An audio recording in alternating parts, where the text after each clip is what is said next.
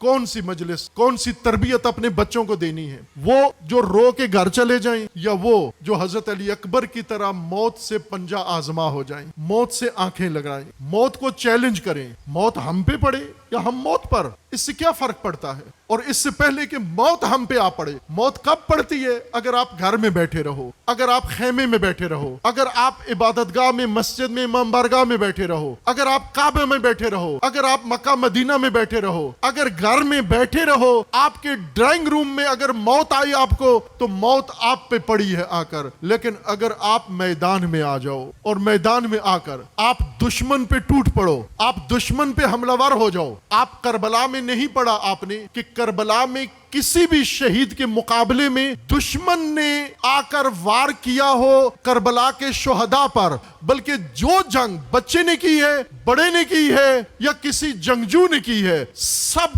ٹوٹ پڑے، حملہ کیا ہے دشمن کے اوپر، یعنی موت پر حملہ کیا ہے۔ موت کے انتظار میں اپنے خیمے میں نہیں بیٹھے رہے، بلکہ نکل کر، زرہ پہن کر، نیزہ لے کر، تلوار لے کر موت پہ ٹوٹ پڑے جا کر۔ اور موت پہ جب حملہ کیا تو اگرچہ اپنا جسم کٹ گیا، ٹکڑے ٹکڑے ہو گیا، لیکن شکست موت کو ہو گئی۔ شکست شہید کو نہیں ہوئی، شکست علی اکبر کو نہیں ہوئی، شکست مولا عباس کو نہیں ہوئی، شکست امام حسین کو نہیں ہوئی، بلکہ شکست موت کو ہو گئی، اور موت کا ڈراوا دینے والوں کو ہو گئی۔ موت ان کو ہو گئی جو بظاہر یہ سمجھ رہے تھے کہ ہم نے ان کو مار دیا ہے، اب ہم کامیاب ہیں، لیکن سید الشہداء نے موت کو مار کر، موت مرتی کب ہے؟ اس سے مرتی ہے جس کے دل سے موت کا ڈر نکل جائے۔ جو موت سے ڈرتا ہو وہ میدان میں نہیں ہوتا، وہ مرد میدان نہیں ہوتا، وہ مرد رسومات ہوتا ہے، وہ مرد عبادات ہوتا ہے۔ خوفزدہ و بزدل وہ مکہ میں ہی رہتا ہے، وہ مدینہ میں ہی رہتا ہے، وہ کوفہ میں رہتا ہے۔ کوفہ والوں نے ایک ایکٹنگ کی، اداکاری کی کہ حضرت مسلم گئے، پہلے امام کو خط لکھے، چونکہ انہوں نے اپنے ذہن کے مطابق کہ یزید بدنام ہے، یزید کامیاب نہیں ہوگا، یزید کمزور ہے، اور اب حالات بدل گئے ہیں، لہٰذا ہم اٹھیں گے اور بہت جلدی ہی کوفہ پر اور پھر کوفہ سے باہر نکل کے باقی علاقوں پر قبضہ کرتے جائیں گے، مال غنیمت جمع کرتے جائیں گے۔ یہ سوچ تھی ان کی، یہ پلاننگ تھی ان کی۔ اس کے مطابق جمع ہوئے، خط لکھے، پھر انہوں نے مسلح ہوئے، لشکر بنائے، بیعت کی۔ لیکن جب معاملہ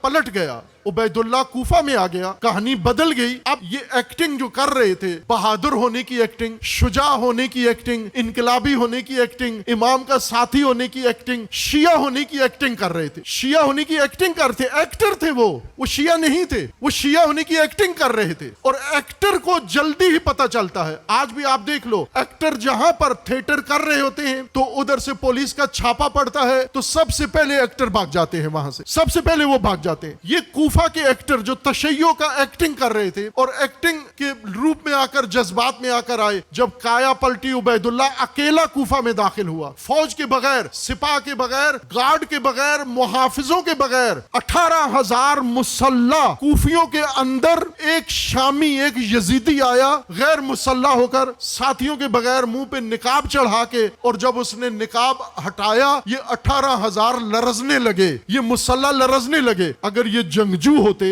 اگر یہ بہادر ہوتے، اگر یہ غیرت مند ہوتے، اگر یہ واقعاً اہل البیت کی تربیت یافتہ ہوتے تو یہ حضرت مسلم کی طرح کھڑے رہتے، حضرت مسلم کو تنہا نہ کر دیتے۔ یوں نہیں تھا کہ 18,000 کا لشکر ہو اور حضرت مسلم زور کے وقت 18,000 اور مغرب کے وقت فقط حضرت مسلم، یہ 18,000 سارا بکھر جائے، تتر بتر ہو جائے۔ چھاپا پڑ گیا ان پر، چھاپا پڑا، سارے بھاگ گئے، ایکٹر بھاگ گئے۔ یہاں میدان میں کون کھڑا ہوتا ہے عزیزان من؟ ایکٹنگ کرنے والے نہیں کھڑے ہوتے، تاجر نہیں کھڑے ہوتے۔ یہ تربیت کربلائی، حضرت علی اکبر کی تربیت جو ایران نے کی، رہبر نے کی، مجاہدین کی، اپنے مجاہدوں کی، جنہوں نے آج سیرت علی اکبر کے ذریعے ایران بچایا، اتنا وقار بلند کیا، عالم اسلام کا سر فخر سے بلند کر دیا، آج کے یزید کو نابود و ذلیل کر دیا۔ یہ سب کربلا کا نتیجہ ہے۔ یہ تربیت سید الشہداء کی ہے، یہ حضرت علی اکبر والی تربیت ہے کہ موت دیکھ کے بھاگنا نہیں، بلکہ موت دیکھ کے موت پہ ٹوٹ پڑنا ہے۔ اور آج یزید بھی حیران ہوا کہ ہم انہیں مارتے ہیں اور موت سے ڈراتے ہیں، ایک مرتا ہے 10 آ کے کھڑے ہو جاتے ہیں۔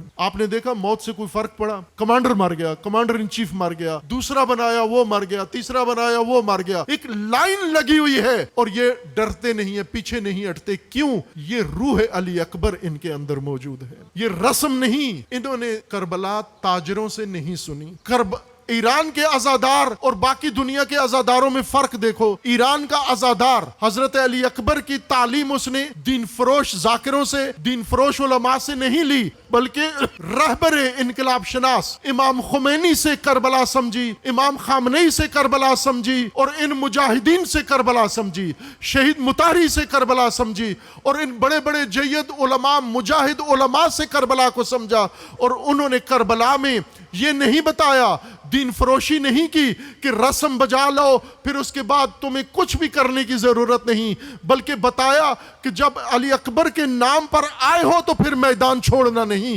جب تک علی اکبر کے عمل کو دہرا نہ لو، تکرار نہ کر لو، جب تک موت سے پنجہ آزمائی نہ کر لو، اس وقت تک میدان چھوڑنا نہیں. آپ دیکھا اپنی آنکھوں سے کربلا برپا ہوئی، حضرت علی اکبر کا کردار دیکھا آپ نے، زندہ دیکھا، لائیو دیکھا، ساری دنیا نے دیکھا.